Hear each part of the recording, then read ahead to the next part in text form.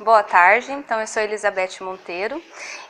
Quando eu pensei no título da palestra, eu pensei justamente porque quando a gente fala de propriedade intelectual, quando nós pensamos em propriedade intelectual, nós lidamos diretamente com isso e muitas vezes sem saber.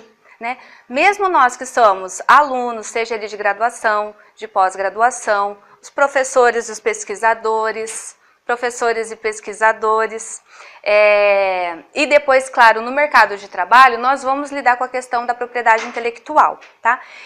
E aí, claro, tudo isso está permeado por várias discussões. Então, quando a gente está dentro do contexto da graduação, dentro do contexto da pós-graduação, nós, às vezes, lidamos com isso, mesmo sem perceber, dos dois lados, né? Do lado de nós que utilizamos alguma coisa que já foi pensado, já foi feito, já foi desenvolvido, já foi publicado ou disponibilizado por alguém, ou do outro lado, nós fazemos algo, alguma coisa, produzimos alguma coisa que vamos disponibilizar.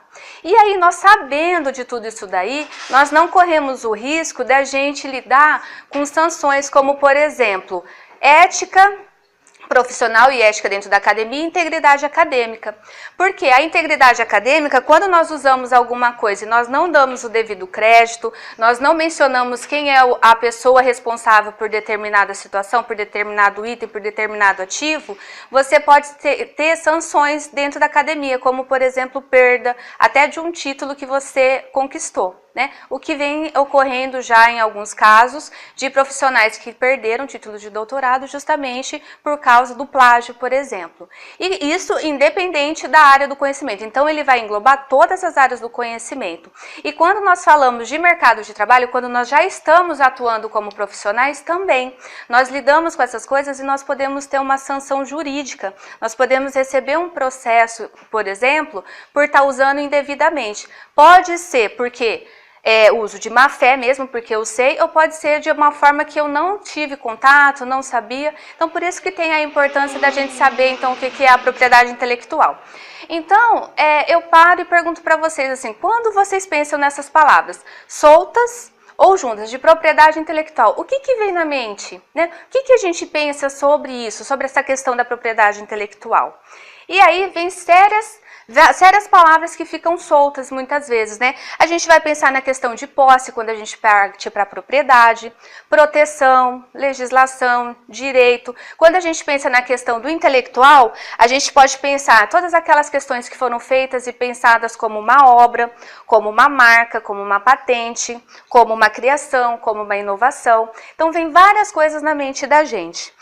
Então, diante disso, a propriedade intelectual, então, ela é soma de todos esses componentes, de uma obra, de uma patente, de uma marca, de algo que já foi pensado, discutido, desenvolvido, publicado e disponibilizado por alguém. Tá? Que eles chamam na literatura desses ativos. Então, todos aqueles ativos que já foram desenvolvidos e disponibilizados para alguém. Tudo isso em todos os domínios da natureza humana. Né? Por isso que eu falei que tanto dentro da academia quanto do mercado de trabalho, a gente lidar diretamente, mesmo sem perceber, com essa questão da propriedade intelectual. E aí vai desde todos esses ativos até todos os outros direitos inerentes à atividade humana, seja no domínio industrial, no domínio científico, literário e artístico.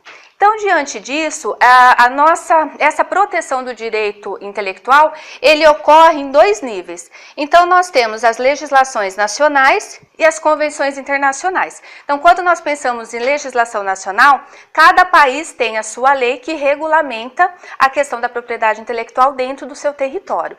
E nós também temos convenções internacionais que regulamentam a troca entre esses países. Então, por isso que tem esses dois níveis. Então, diante disso, a gente tem duas direções, né? Ou a gente ignora a questão da propriedade intelectual e acaba usando sem mencionar, sem recorrer, sem saber das legislações, sem se preocupar se aquilo que eu estou usando é protegido, ou a gente vai pelo caminho certo, que é saber que existe, né? Saber que tem os órgãos competentes que regulamentam aquilo que eu estou usando e principalmente saber que eu, como uma pessoa que crio, desenvolvo e publico e disponibilizo, também tem a proteção sobre a minha obra, sobre aquilo que eu criei. Então, sempre o caminho certo é o melhor para seguir, para a gente não ter problema depois com a questão jurídica, não ter problemas com questões legais da propriedade intelectual. Bom, então a propriedade intelectual, ela é um direito temporário de exploração dessas obras, tá? Ele fala que é temporário porque, na grande maioria das vezes, aquele item, aquele ativo que nós estamos usando, ele é regulamentado pela lei e ele tem um período de duração que vai determinar a quantidade de anos que aquele item, que aquela obra, que aquela patente, ele tem a proteção antes de cair, por exemplo, no domínio público, antes que outras pessoas possam utilizar. E aí, claro, quando você tem um resguardo, né, um respaldo da lei, você está incentivando a competitividade, né? Porque você está incentivando inovações, você está incentivando que as pessoas desenvolvam. E isso gera um ambiente que tem uma concorrência e, claro, dentro do seu contexto, dentro da sua cidade, do seu país, você acaba tendo um avanço, uma maior competição e um maior desenvolvimento de coisas. Então, você vai estar contribuindo também com a sociedade para o desenvolvimento disso. Tá? E aí, toda essa dinâmica, ele vai impulsionar principalmente inovação, né? Porque você está estimulando a criação humana, porque se você está protegendo, você está estimulando, porque você desenvolvendo alguma coisa, você tem a proteção, que é seu, que você vai ter o reconhecimento, que você vai ter, em muitos casos, um retorno financeiro daquilo, você vai fazendo, você vai desenvolvendo. E aí o empreendedorismo, né, principalmente hoje quando a gente fala de mercado, né, de comércio, de concorrência, a gente está incentivando isso daí. E claro, um contínuo desenvolvimento tecnológico, cultural e científico da nação, da sua região, seja ele em qual área do conhecimento que você estiver. Tá? Então aqui, essa imagem aqui é o Instituto Nacional de Propriedade Industrial, que é um órgão competente aqui do Brasil, ele traz essa divisão de direito intelectual. Pode acontecer de mudar um pouquinho de país para país, mas a propriedade se dá nesses três momentos, né? O direito autoral, a propriedade industrial e a proteção sui generis, que daí se subdivide. Então, quando a gente fala de direito autoral, nós temos direito do autor, direitos conexos e programas de computador. Quando a gente está falando já na propriedade dentro do campo da indústria, a propriedade industrial, a gente vai falar de marca, patente, desenho industrial, indicação geográfica, segredo industrial e representação à concorrência desleal.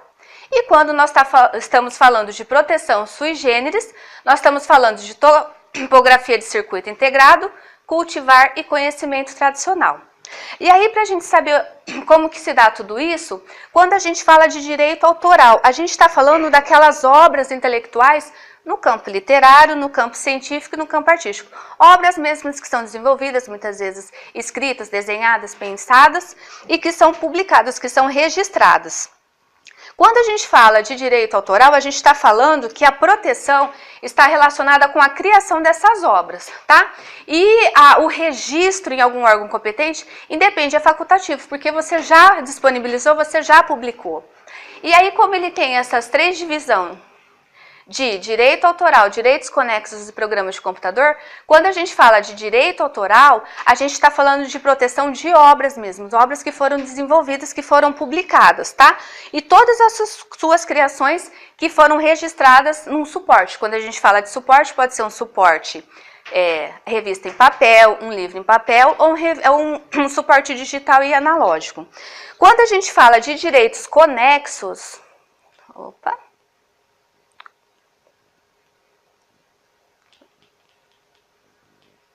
Quando a gente fala de direitos conexos, a gente está falando dos intérpretes, de pessoas que interpretam aquelas criações artísticas, por exemplo. E quando nós estamos falando de programa de computador, é a proteção de conjuntos de instruções que são necessárias para o funcionamento daquele programa. Tá?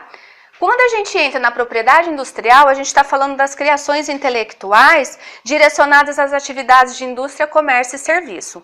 Então, se a gente pensar na marca, nós estamos falando daquele sinal, né, aquilo que distingue uma coisa da outra, como por exemplo, quando a gente pensa, vemos uma marca do carro da Fiat, aquilo lá é uma marca que está distinguindo, por exemplo, a Fiat do símbolo da Volkswagen, por exemplo. Então essa é a questão da marca. Quando a gente fala de patente, nós estamos falando da propriedade concedida pelo Estado àqueles que inventam algo, né, aqueles que têm, por exemplo, um aperfeiçoamento direcionado para a indústria. Quando nós estamos falando de desenho industrial, justamente são aqueles desenhos, aquele designer que nós damos nos produtos mesmo da área industrial, né? Quando nós estamos direcionando, aplicando a produtos de reprodução pelos meios industriais.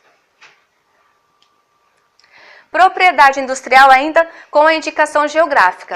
A indicação geográfica, ela se refere a produtos de uma determinada região, que é conhecido justamente pela região da que ela pertence. Por exemplo, quando nós falamos da champanhe, que os melhores são da França, porque a gente está identificando e está ligando o produto a uma determinada região geográfica, tá? Então, desenho geográfico é isso, você está associando isso àquela determinada região. Quando você fala, por exemplo, do queijo de determinada região, lá é melhor. Então, é isso que significa a questão da indicação geográfica. O segredo industrial é justamente aquelas informações confidenciais que estão direcionadas à indústria, né? Que você, por exemplo, não pode divulgar, não pode publicar, não pode passar para outras pessoas sem a devida autorização do responsável, sem a devida autorização do lugar onde ela foi desenvolvida. E a concorrência desleal é justamente você proteger aquilo para que não seja divulgado ou explorado de uma maneira desleal, de uma forma que você possa prejudicar uma outra empresa, por exemplo, prejudicar um outro produto.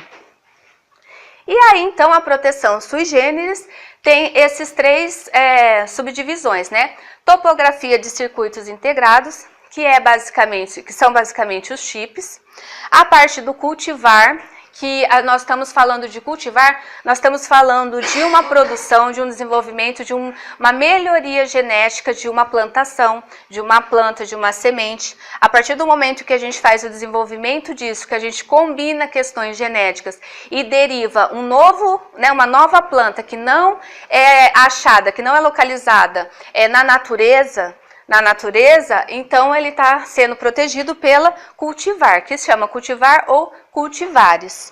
E o conhecimento tradicional, que é todo aquele conhecimento de uma região, por exemplo, de uma tribo indígena, que é passado pelas culturas de pai para filho, então ele também tem esse conhecimento tradicional e também é protegido. Tá?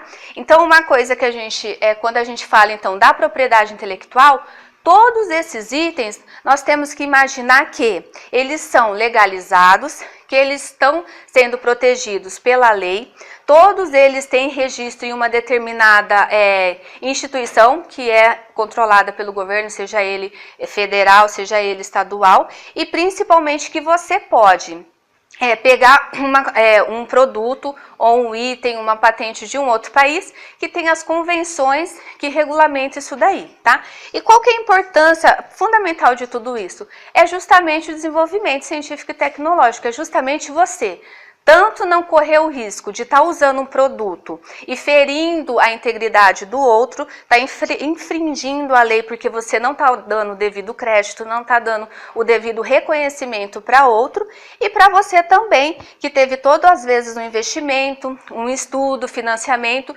desenvolveu o seu produto, fez a criação da sua obra, você está disponibilizando, então você está garantindo que você tenha o reconhecimento daquilo que você fez, que você seja citado por aquilo que você fez, que você tenha proteção daquilo que você fez para que não venha uma outra pessoa, uma outra organização, pega proveito daquilo que você fez e vai usar como se fosse dele. Por isso que a gente tem que pensar que dentro do contexto, mesmo acadêmico, mesmo nós sermos estudantes, e dentro do contexto que nós estamos trabalhando, aquilo que nós vamos utilizar, né, daquilo que nós estamos fazendo. Vamos pegar uma coisa que já está pronta, saber que aquilo de alguma forma ele está protegido por lei. Então saber que tem um organismo que está regulamentando aquilo, que tem uma lei que está protegendo, então nós vamos nos respaldar para que nenhuma sanção jurídica esteja voltada contra nós. Aqui são as referências que eu me baseei para poder fazer a discussão e obrigada.